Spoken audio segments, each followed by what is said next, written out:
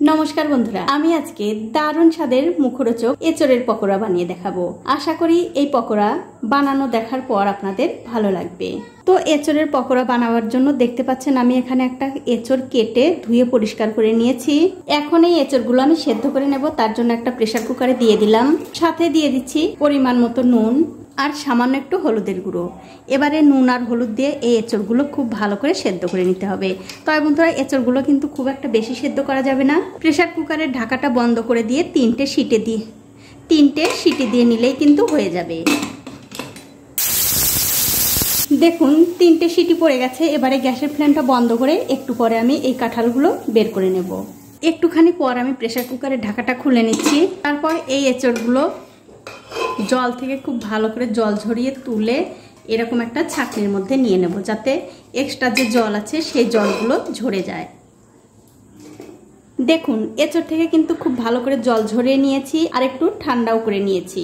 এখন এর মধ্যে দিয়ে দিচ্ছি একটু চালের গুঁড়ো, একটু বেসন, একটা ডিম, কাঁচা লঙ্কা কুচি, একটু পেঁয়াজ কুচি, ধনেপাতা কুচি, পেঁয়াজ আর রসুন বাটা, স্বাদ মতো নুন, হলুদের গুঁড়ো, লঙ্কার গুঁড়ো, 1 চামচ জিরার গুঁড়ো, হাফ চামচ দিয়ে দিলাম মিট মশলা, হাফ চামচ দিয়ে দিলাম কাশ্মীরি লঙ্কার গুঁড়ো। এতে করে এই পকোড়াগুলো দেখতে ভালো লাগবে। সবশেষে এর মধ্যে দিয়ে দিচ্ছি একটু গরম মশলার গুঁড়ো। এবারে সব মশলা দিয়ে এই এঁচড়ের সঙ্গে খুব ভালো করে মাখিয়ে নিতে হবে। তবে মাখানোর সময় কিন্তু বন্ধুরা অবশ্যই একটা দিক খেয়াল রাখবেন, এই এঁচড়গুলো যেন ভেঙে না যায়, সেরকম করে কিন্তু মাখাতে হবে। একটুখানি গোটা গোটা থাকলে এই পকোড়াগুলো খেতে ভালো লাগবে।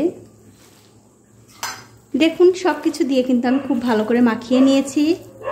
এখন আমি পকোড়াগুলো ভেজে নেব। তার জন্য একটা ফ্রাইং প্যানে আগে থেকেই তেল গরম করতে দিয়েছিলাম। তেলটা যখন ভালো করে গরম হয়ে যাবে তখন এখান থেকে অল্প অল্প করে মিশ্রণ নিয়ে এই তেলের মধ্যে দিয়ে দিতে হবে। আর এখন কিন্তু গ্যাসের ফ্লেমটা অবশ্যই লো টু মিডিয়ামে থাকবে। আর যখন এই পকোড়াগুলো আপনারা তেলে ছাড়বেন তখন কিন্তু অবশ্যই 1 পিস করে এঁচড় মশলার সঙ্গে ভালো করে মিশিয়ে তারপরে দেবেন, তাহলে কিন্তু খেতে আরও বেশি ভালো লাগবে। দেখুন একসঙ্গে কিন্তু আমি অনেকগুলো পকোড়া দিয়ে দিয়েছি। কিছুক্ষণ পর যখন দেখবেন এক দিকটা হয়ে গেছে তখন অন্য দিকটা উল্টে দিতে হবে। আর এরকম করে উল্টে পাল্টে একটু লাল লাল হওয়া পর্যন্ত ভেজে নিতে হবে।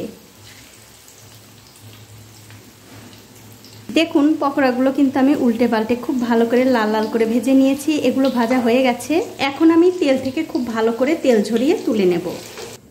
তুলে অন্য একটা প্লেটে রেখে দিচ্ছি।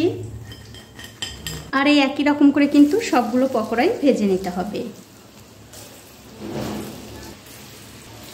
দেখুন এই পকোড়াগুলোও কিন্তু আমি খুব ভালোভাবে উল্টে পাল্টে লাল লাল করে ভেজে নিয়েছি। এগুলোও হয়ে গেছে। এগুলো আমি তেল থেকে খুব ভালোভাবে তেল ঝরিয়ে তুলে নেব। আর এই একই রকম করে কিন্তু যতগুলো পকোড়া আপনারা ভাজবেন ঠিক এইভাবেই ভেজে নিতে হবে।